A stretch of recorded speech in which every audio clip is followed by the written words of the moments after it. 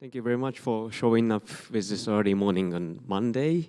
Like 10 minutes before now, like I only see 4 or 5 people in the chairs. So I was a little afraid of if there's no audience showing up, I would be very sorry for Andrea. I couldn't attract the people to show it up. But thank you very much for coming to our talk and our conference. And I'll be the first one to talk about what we are doing. So before I start my talk, like I just want to know how much of you guys knowing us. So is anybody have been to any of our exhibit or even before? Only 4 or 5. Okay. Is anybody have heard of our name before? Oh, that's a great number to start. Okay. So I think, therefore, like I think I did share our profile from beginning. So we are teamLab. Our organization name is teamLab. We founded our company in 23 years before in Japan, Tokyo. And what we have been doing is that we are collecting different members from different backgrounds to make the team, to make something. And then something can be one of the biggest topic we are making right now is like artworks. So therefore, I'd like to share there's some specific reasons of why we want to make artwork, especially in a digital way, especially in immersive experience way. So there will be the reason. So I would like to share, I think, 3, one of the core concept in our studio. So the first concept I'd like to talk about is named with transcending boundaries. So within this concept, it's always difficult for me to make a shorter version of explanation. But let's think in this concept, we want to, from very beginning, we started to think we want to break the borders. But if we try to break the borders, that means we are admit that there is a borders. So by now we want to think there is no borders existence, and like physically. Or otherwise, we would like to think, including our audience, if you think there is a borders, that kind of border only existing in your recognitions. Like, I don't want to go deep into this topic. It's going to be a little sensitive nowadays. So, but if you please think about any kind of border you can think of, like, I don't know, country, it's the most sensitive one. But like, there's no physical borders from beginning, right? When human beings started existing in the world, there wasn't a border. Or maybe it's gonna another like little fancy one. Maybe sky and universe, or if we say Earth and universe, it sounds like a different topic, but it's connected to each other, right? So everything supposed to be connected. It used to be related or connected from beginning of the nature, but nowadays people like dividing the world, making wars, or sometimes some of them like making a physical borders. But if we can think that there is no border between like any of us, and then our relationship can be a little more positive. So that's the first concept. Like we are trying to make the existence of the border to become a little more blur, or yeah. And then by doing that, like we needed to make artwork by using digital materials or digital technologies, because the artwork, it used to be stick in the physical materials, like it used to be stick. So when it comes with this painting like this, we needed to visit the location where the painting is. So it used to be when we go to the museum, we visit room A to see the AR works, and then we go B, C to encounter the artworks. But if we can unleash them from the material substance, maybe we can make the experience can be interactive, or experience can be a little more immersive. So that's why we started to utilize digital technologies, materials, to unleash them from the materials. So even if it's a painting like this, and if we use a digital canvas, they can like, the drawing can be moved within the frame, or they don't have to stick in the frame. They can leave from the frames, or they can also leave from their room if they like. So there's no boundaries for artworks to exist. So this is the reason why we started to use digital materials to let them unleash from the material substance. And then by following this borderless concept, we've opened the brand new museum in Saudi Arabia last month, and the museum named with borderless. And then this is the newest museum we have in the world right now. So let me explain the information about my museum. So this museum is sized with 10,000 square meters. And we've installed over 60 to 70 different artworks. And I think 99% of the artwork can be connected or related to each other. So I think they will be showing up. So I said most of the artwork can be related or connected to each other. So there's no border for artworks to live. Even if there's when you come to our museum, I think you see some animals, some the other object that they don't have to stick to the one places. For example, this bird can be one of the most borderless object. So they can be hologram, they can go wherever they prefer, they can interact with these sounds, and also, yeah, like when you touch with a bird, you can also interact with them. So in our borderless museum, literally there's no borders. I mean, oh, sorry about the noise. But like, yeah, there's no borders. Like if you can interact with the artworks, there's no border between you and artworks, and also artwork and the other artworks, there's no border. They can connect. So this is our newest borderless museum we have in the world. But our first borderless museum was opened in Tokyo. It was in 6 years before already. And we renewed this year as well. So now we have 2 borderless in the world right now. The one in Saudi, the other one is Tokyo. And some of you might recognize that there is a similar object. I mean, the bird you see in the previous museum, right? Then we have another bird in Tokyo. And we also have another borderless museum in Shanghai right now. So now we have 3 different borderlesses.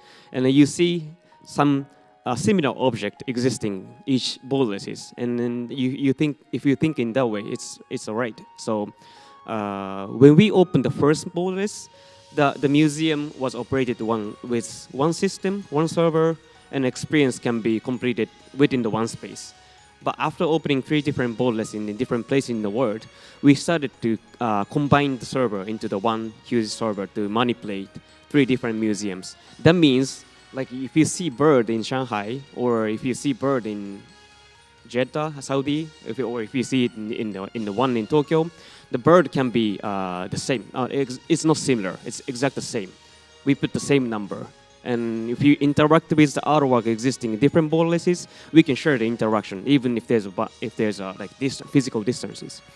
I think I'm going to show you one example. Otherwise, your faces seem to be a little skeptical. So, yeah, this is an easy one to explain. So this is the animation projection mapping floating on the floor, floating on the wall. And when they go beyond the door, there will be Tokyo. So let's think we are using Unity to manipulate the 3D computer graphics, and then at a certain point, the visitors in Tokyo, Saudi, and Shanghai people is watching exact the same animations at the same time. And then when the people in Shanghai touch these animations, the position of their hand, right, lighting up with this red color like this. And then the people in Tokyo will be able to see their behavior in a real time. Not only seeing the other behavior in the real time, we can interact with them. So if we put the hand together with the distance, and we can change this projection mapping to become a little more polite, a little more beautiful. So yeah, I should have to stop this noise, but sorry. But this is one easy example for you to think about. So after opening 3 borders right now, and we are about to open the 4th borders in Germany for the next year. So like after opening different borders and connect to each other as experiences, and we can we don't even think, or maybe we cannot think what's the difference what's the border between this person and us.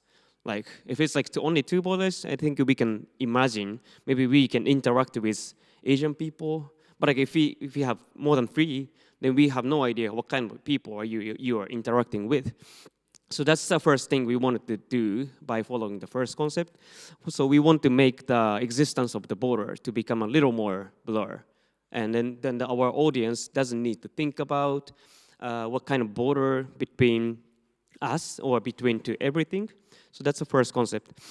And then this second concept can be related to the first one as well. But like when we think about the concept, it's not always have a solid workflow to discover the concept. Sometimes we found out the concept from the accident when we did the installations. And the second one is we came up with one of the accident. And then the second concept, we were trying, if we could design the right interaction in a space, I think we can change the relationship between the audience to each other to become a little more positive object to each other. So we came up this concept by when we did the first installation, very first installation in the European countries, which was in London. And it's already 9 years before. But this time, we developed a brand new artworks, which is named as Flowers and People. So as the name says, there's flowers and people existing together. So the algorithm about this room is when you are standing still or when you put the hand on the wall without moving, then there will be new flowers to bloom. But once if you move or once if you touch the flowers start disappearing. They're like dying. It's similar to the nature. So for most of you guys, I think you are related to this kind of immersive, interactive works, right? So I think everyone can agree on this issue. Like setting the right parameter is one of the most important things for success, especially those things, immersive theaters, right?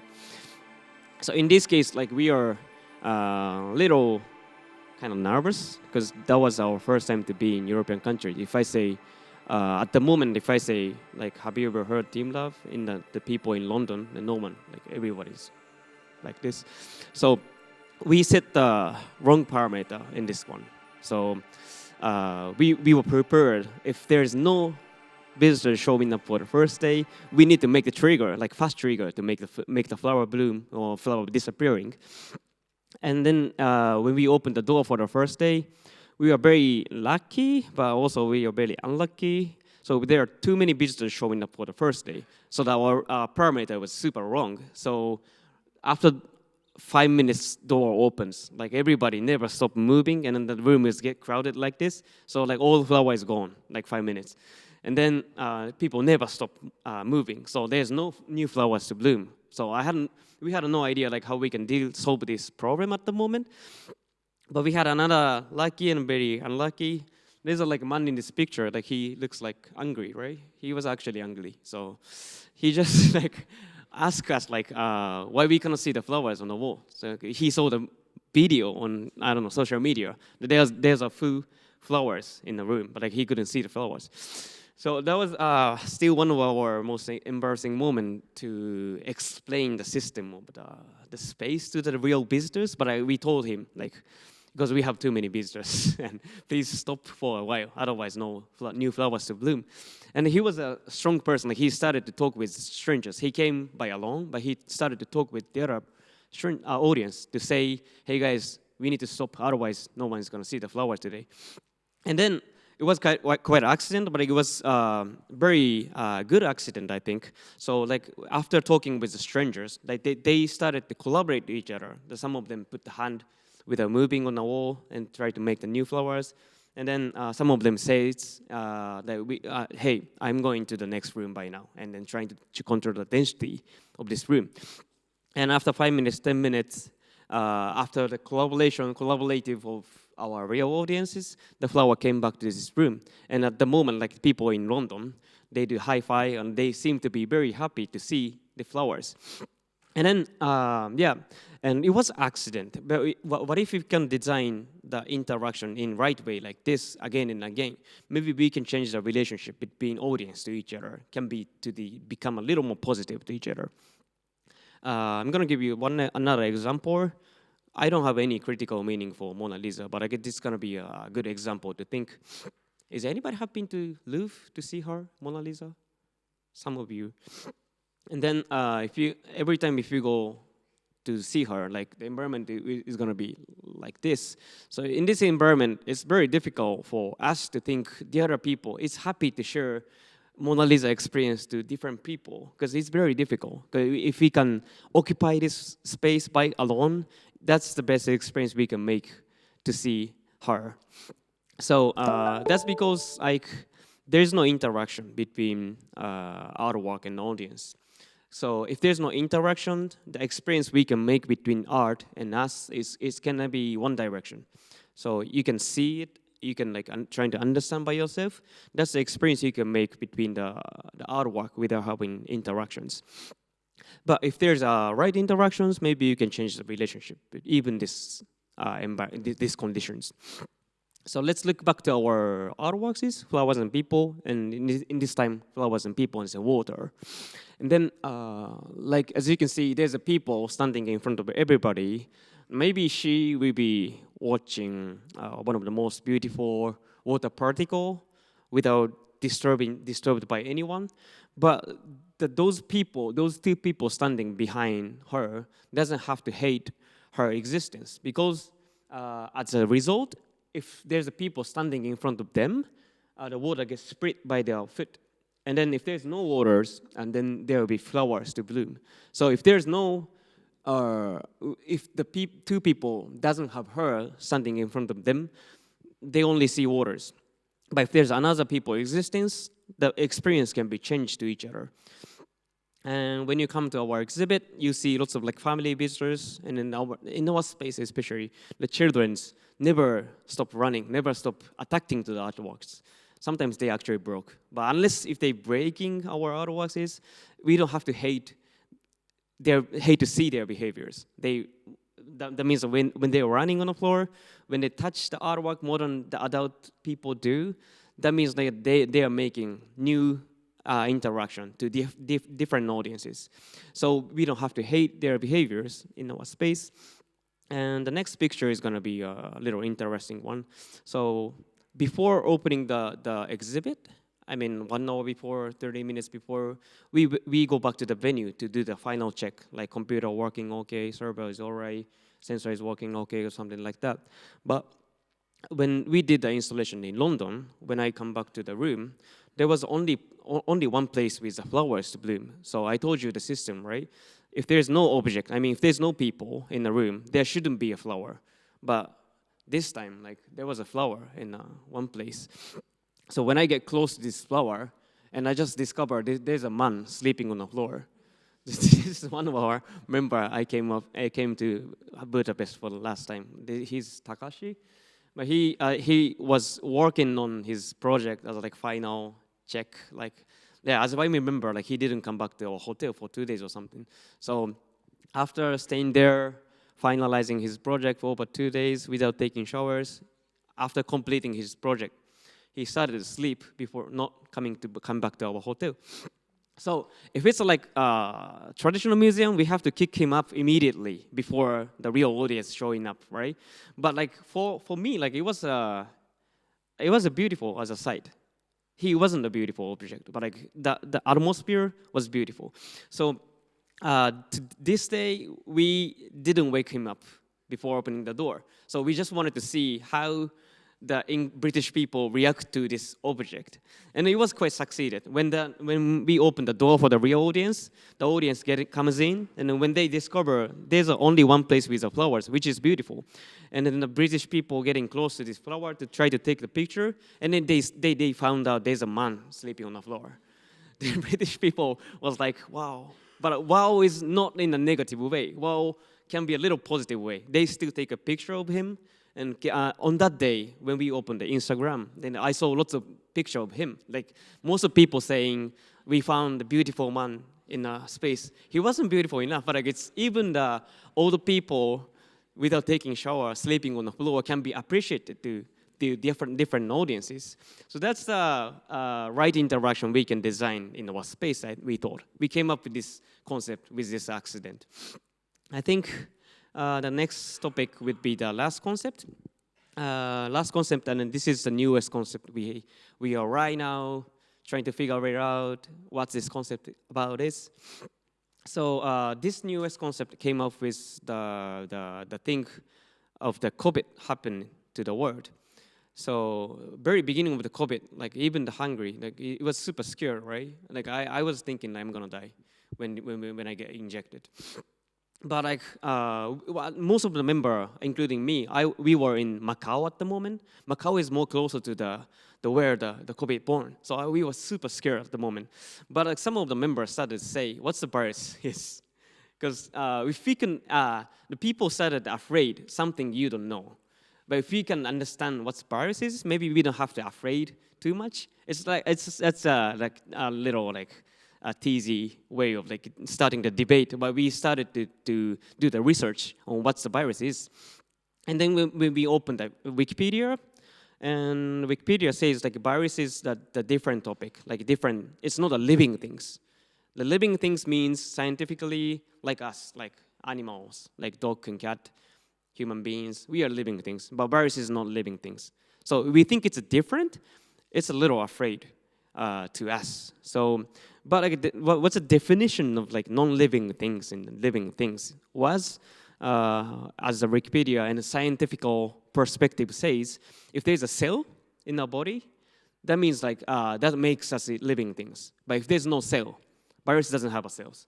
So if there's no cells, it's not non-living things. And how come? Like we were like, why?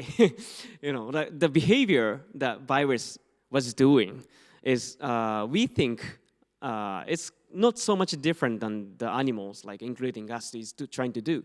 We are trying to maximize the number of the family, trying to be healthy. Once if we get attacked by, I don't know, let's say virus, we can become a little more stronger, right?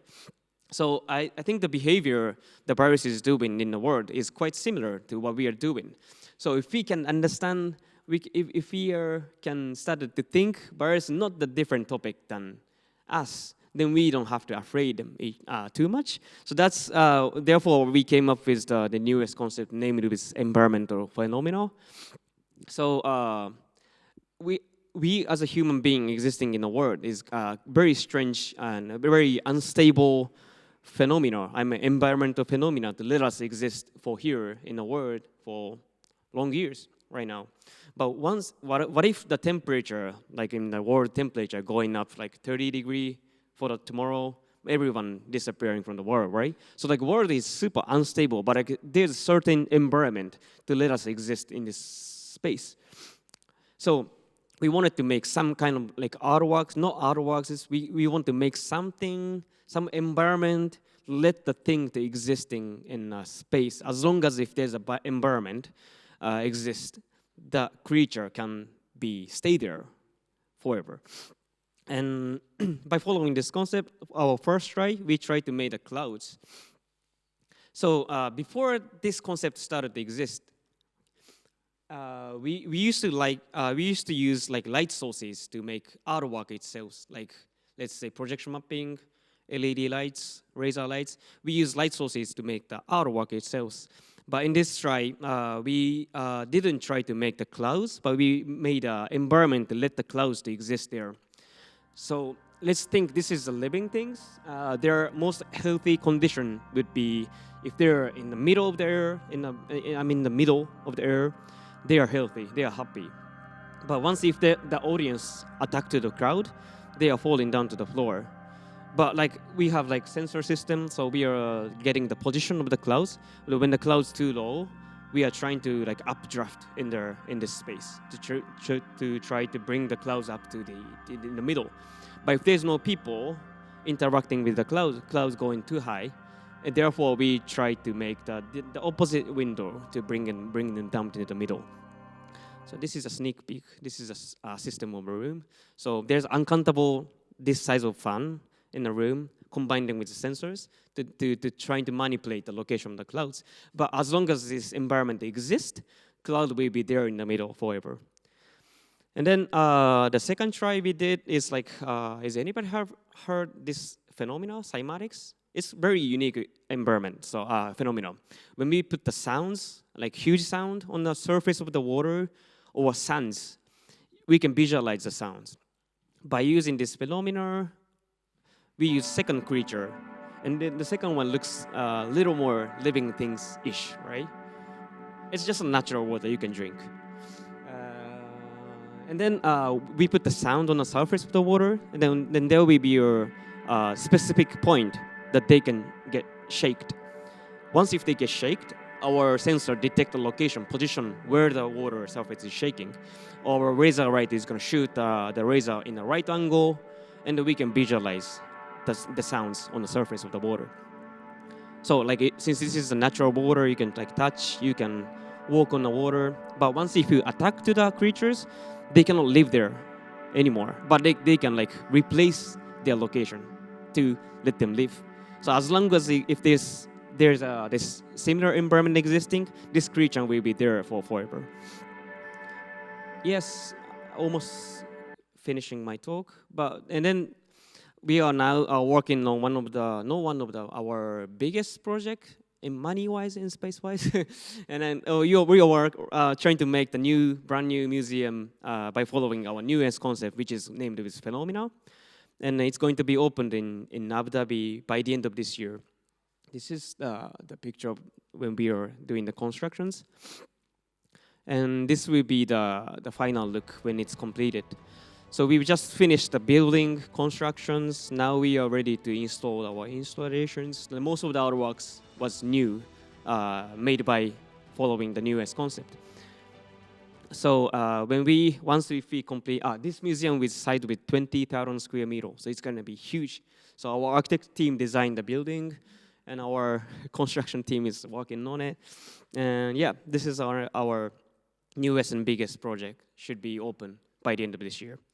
And then lastly, I think most of you guys may be interested in hearing about our company, size of the member or something. So I'm just going to show you this slide quickly. So now we have 1,000 members to work with. Everybody is in Tokyo to work together. There's only one studio in the world. We only have Tokyo studio. And 70% came from engineering backgrounds. 15% came with, they are project manager or directors for each project. And we have creative team, the designers, animators involving with, and few of other team existing. And then our organization was designed with over 25 nationalities, but we still have no Hungarian people member. So maybe from beginning of this today, maybe we can find the very first Hungarian member from this conference, maybe. But thank you very much for sharing your time.